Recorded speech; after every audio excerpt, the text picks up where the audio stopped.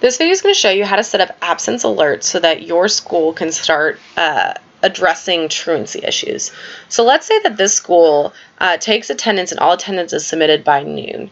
And let's also say that students start to lose credits when they've hit 10 absences in a semester. So we're going to set up an alert at the 5th absence so that deans are aware that this student has reached the benchmark of 5 absences this semester, and they can start to address that student and build an intervention so that that student doesn't hit the 10 absences.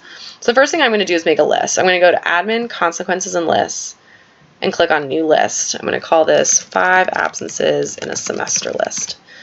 We want this to be a term list since we're talking about a full semester. I'm going to go ahead and create list. I can add some configuration notes, so I can say populates with students who received 5+ absences.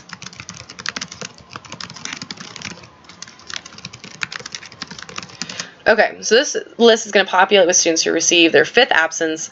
It's going to be emailed to deans every day, and after that email is sent to the deans, the list is going to be cleared. And I'll explain that a little bit more.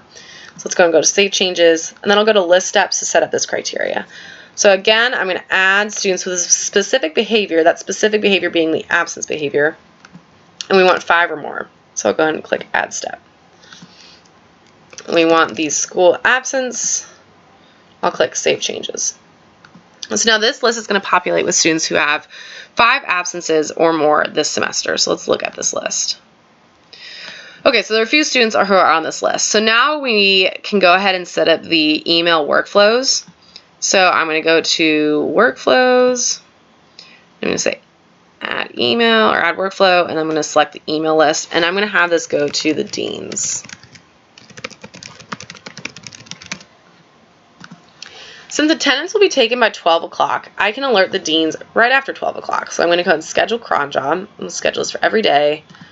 And let's say we're going to schedule this at 12:10 p.m. So now deans are going to get an email of the list of students who have hit their 5th absence that day. The students are going to technically stay on this list, and so if this email is sent out every day these deans are going to get the same list of students plus anyone else who's hit the 5th absence. If we only want the deans to receive the new students who just this day hit their 5th absence, we actually want to clear this list. Clearing basically just takes them off the list without removing any of the behaviors. I'm going to click Create Workflow. I'm going to schedule cron job, and I need to clear it after the email. If I cleared it before the email, then the email would always be blank, and then the data that they're receiving isn't accurate. So I'm going to say at 12:15 this list is cleared. And now I've set up my system. So now deans are going to be alerted when a student hits their 5th absence.